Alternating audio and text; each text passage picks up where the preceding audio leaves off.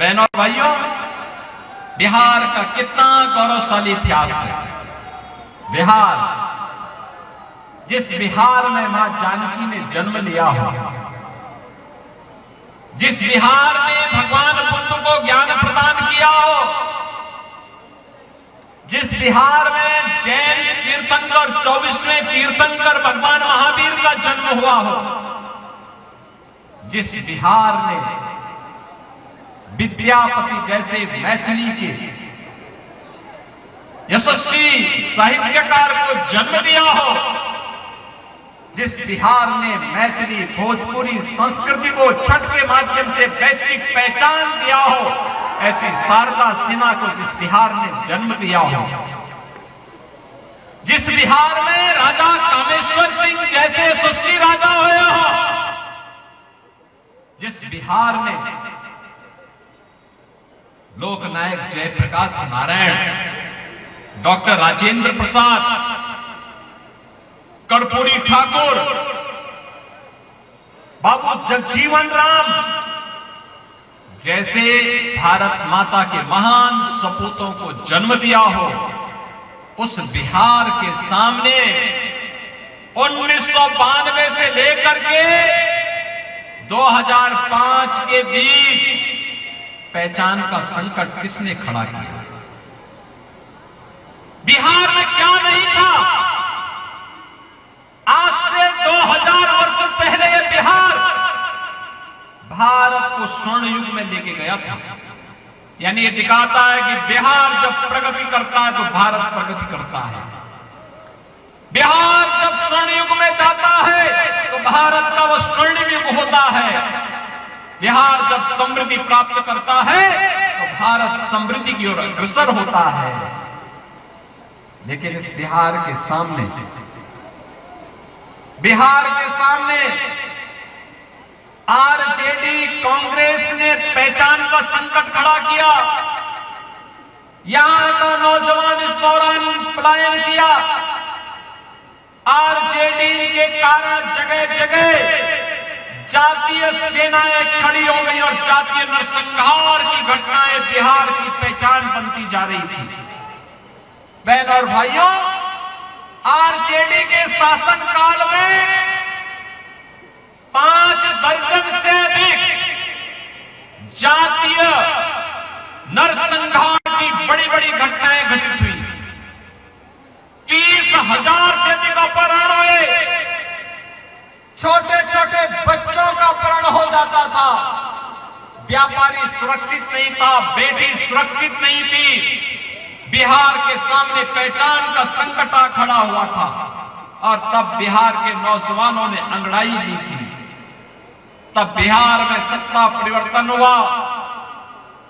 बिहार के अंदर एनडीए की सरकार नीतीश बाबू के नेतृत्व में बनी और नीतीश जी मुख्यमंत्री बने।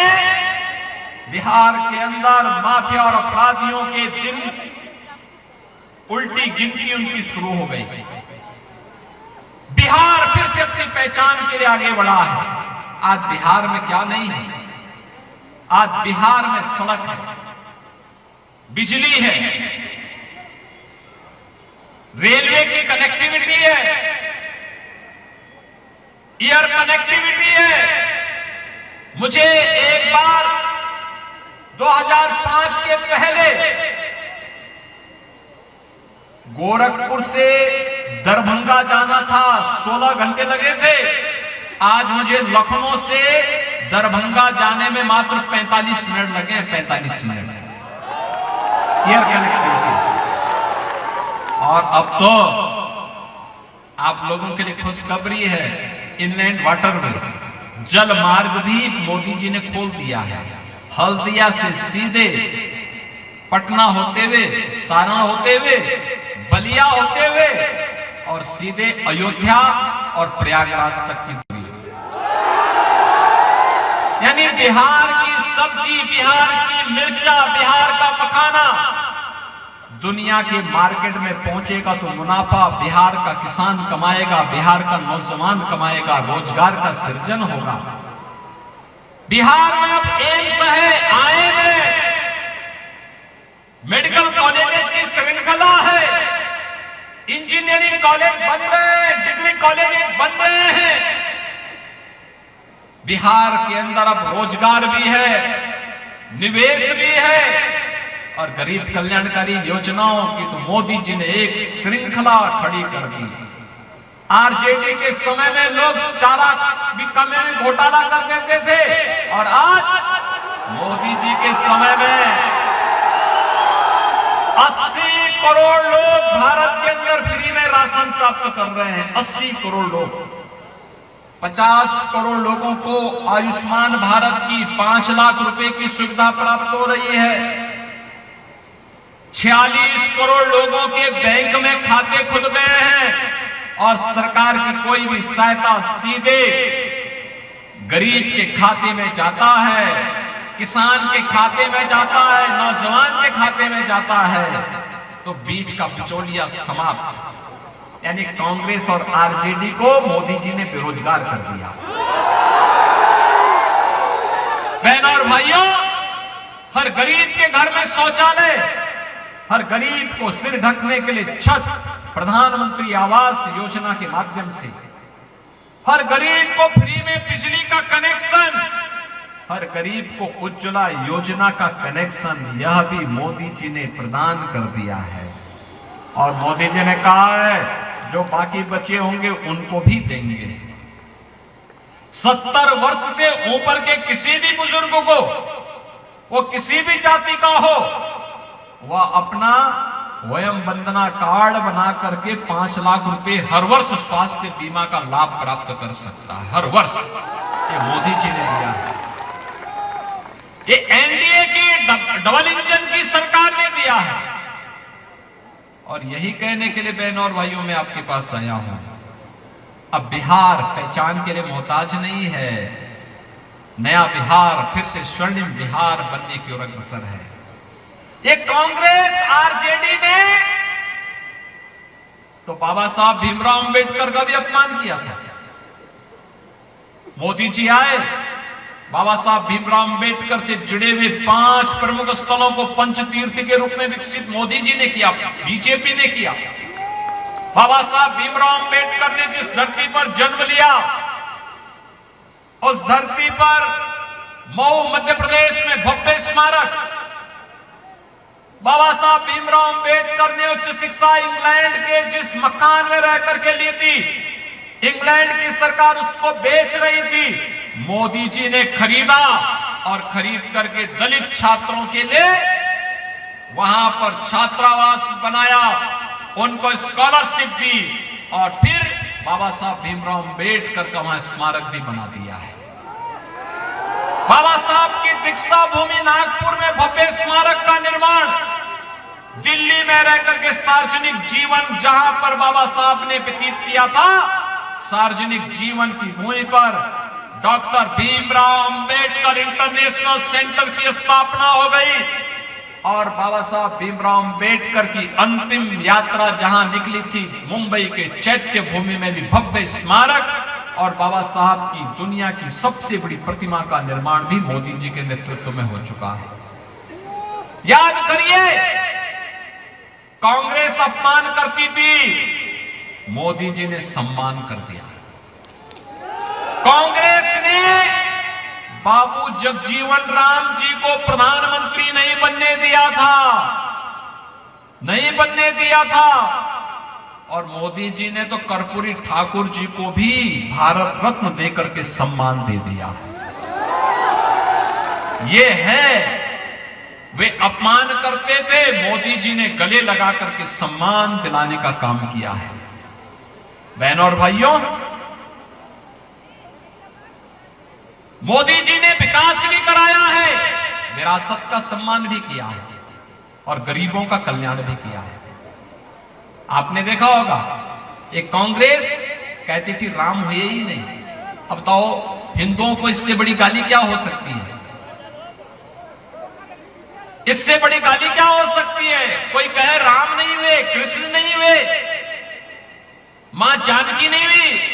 अगर कांग्रेस बोलती है तो पाप करती है, वो पाप करता है जिस प्रकार की बात करता है। अरे वे परमपिता परमेश्वर है, हर देश, हर काल, हर परिस्थिति में हजारों वर्षों से भारत की आस्था राम के अस्तित्व को मानती है। कांग्रेस नकार करके हिंदुओं को अपमानित करती है। आरजेडी ने राम मंदिर की रथ यात्रा को रोक दिया था। हम जब बोलते थे राम राम आएंगे, मंदिर वही बनाएंगे, तो आरजेडी लाठीचार्ज करती थी और समाजवादी पार्टी गोली चलाती थी। लेकिन हमने कहा था ना, रामलला हम आएंगे, मंदिर वही बनाएंगे। बन गया ना राम मंदिर, कोई संदेह है क्या? मंदिर बन गया ना। आप मुझे बताइए, अगर यूपी में बीजेपी की डबल इंजन की सरकार नहीं होती तो क्या राम मंदिर बन गया होता? क्या ये कांग्रेस, आरजेडी और सपा बनने देती क्या? ये तो बन गया। और वहीं नहीं बना, अब हम लोग सीतामढ़ी में भी एनडीए की डबल इंजन सरकार मां जानकी का भव्य मंदिर का निर्माण कार्य कर रही है। भव्य मंदिर का निर्माण। और यही नहीं, भगवान राम मां सीता को जिस रास्ते अयोध्या लेके गए थे, इस मार्ग को 4 लेन का बना करके राम जानकी मार्ग के रूप में 6155 करोड़ मोदी जी ने दे दिए। काम चल रहा है। बहनों और भाइयों, जयप्रकाश जी के नाम पे लोग राजनीति करते हैं। और जयप्रकाश जी ने अंतिम समय में कहा था कि सिताब दिरिया दियरा में उनकी धर्म पत्नी के नाम पर एक हॉस्पिटल के निर्माण के कार्य को करने के लिए इन्होंने नहीं किया। और मेरी सरकार यूपी में बनी, हमारी सरकार है, बीजेपी की डबल इंजन सरकार है। हमने जैसे ही मेरे संज्ञान में ये बात आई, मैंने तत्काल परिवहन मंत्री, रहने वाले तो बिहार के हैं लेकिन बलिया से विधायक हैं, तो मैंने इनको कहा, मैंने कहा भी सिताब दिरिया जाइए और वहां पे जो हॉस्पिटल बने, उस हॉस्पिटल का नामकरण लोकनायक जयप्रकाश नारायण जी की धर्मपत्नी के नाम पर करवाना। 100 बेडेड हॉस्पिटल। आज वहां बेहतर कनेक्टिविटी, स्मारक बन रहा है, बहुत भव्य कार्यक्रम चल रहे हैं। बहनों और भाइयों, महापुरुषों को सम्मान देकर के विरासत का संरक्षण करने का काम कोई कर रहा है तो एनडीए की डबल इंजन की सरकार कर रही है। विरासत को अपमान करने का काम कांग्रेस, आरजेडी और समाजवादी पार्टी जैसे दल करते हैं।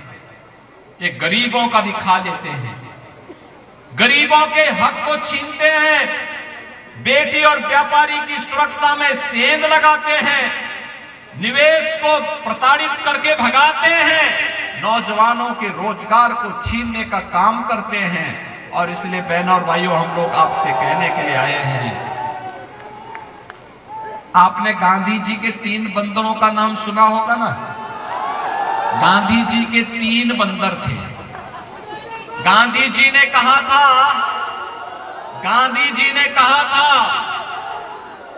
कि उन 3 बंदरों को 3 प्रतिकृति के रूप में उन्होंने प्रस्तुत किया था।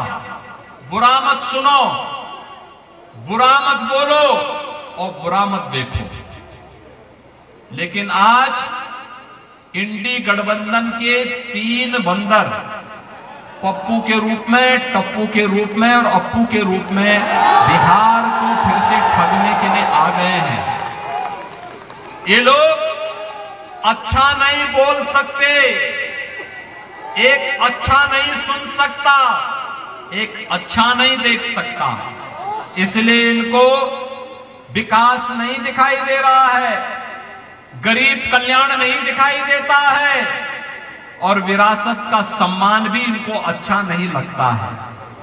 इसलिए बहनों और भाइयों, मैं आपसे कहने के लिए आया हूं, ये जितने भी महागठबंधन से जुड़े हुए लोग आपके बीच आ रहे हैं ना, ये जितने भी हैं, ये सभी के सभी लोग बिहार और देश को लूटने वाले लोग हैं, गरीबों के हकों पर डकैती डालने वाले लोग हैं। जब सत्ता रहती है तो डकैती डालते हैं, और जब सत्ता से वंचित हो जाते हैं तो झूठ फरेब करके लोगों को बहकाने का कार्य करते हैं। आज भी वे लोग यही कर रहे हैं, लगातार झूठ पे झूठ, झूठ पे झूठ। लेकिन मैं आपसे कहना चाहता हूं, जिन्होंने देश को लूटा है, देश की विरासत का अपमान किया है, और लगातार आज भी वे यही कर रहे हैं, उनका आचरण देखो ना। इसी सीवान में खानदानी माफिया को गले लगा रहे हैं, आप देख रहे होंगे चंदू बाबू के साथ क्या घटना घटित हुई थी इस सीवान में। एसिड से उस माफिया ने उड़ेल डाला था। यह घटना घटित होती थी बिहार में आरजेडी के समय में, लेकिन अब नहीं, अब तो यूपी का बुलडोजर चांप रहा है माफिया को। अब नहीं ये लोग कुछ कर सकते, और इसीलिए बहनों और भाइयों में आपसे अनुरोध करने के लिए आया हूं, अपील करने के लिए आया हूं। हमारा सहयोगी दल है लोजपा आर।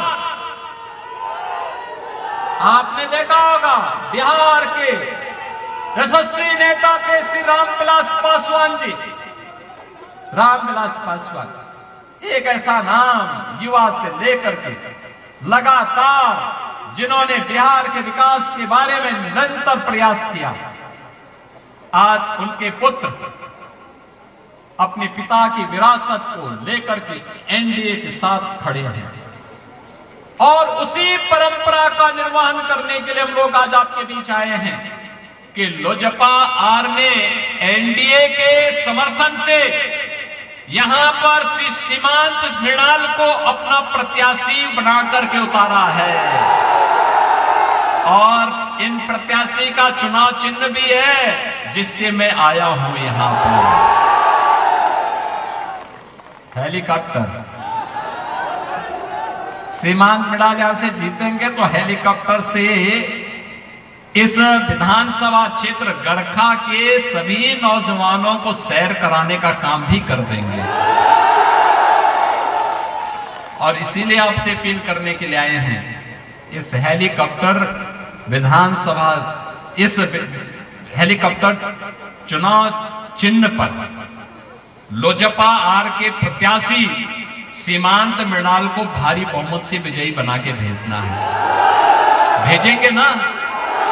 सभी लोग भेजेंगे? जहां तक मेरी आवाज जा रही है, थोड़ा हाथ खड़ा करके अपना आशीर्वाद तो दो इस नौजवान को। अरे एक नौजवान को अपना आशीर्वाद दो, जहां तक सड़क के किनारे में, जहां तक मेरी आवाज जा रही है, छतों के ऊपर लोग बैठे हुए हैं, खड़े हैं, इधर भी लोग काफी भारी संख्या में पुराने विद्यालयों के अंदर बाहर है, दोनों हाथ ला करके सीमांत मृणाल को अपना आशीर्वाद दीजिए। देंगे तो मेरे साथ बोलेंगे भारत माता की, भारत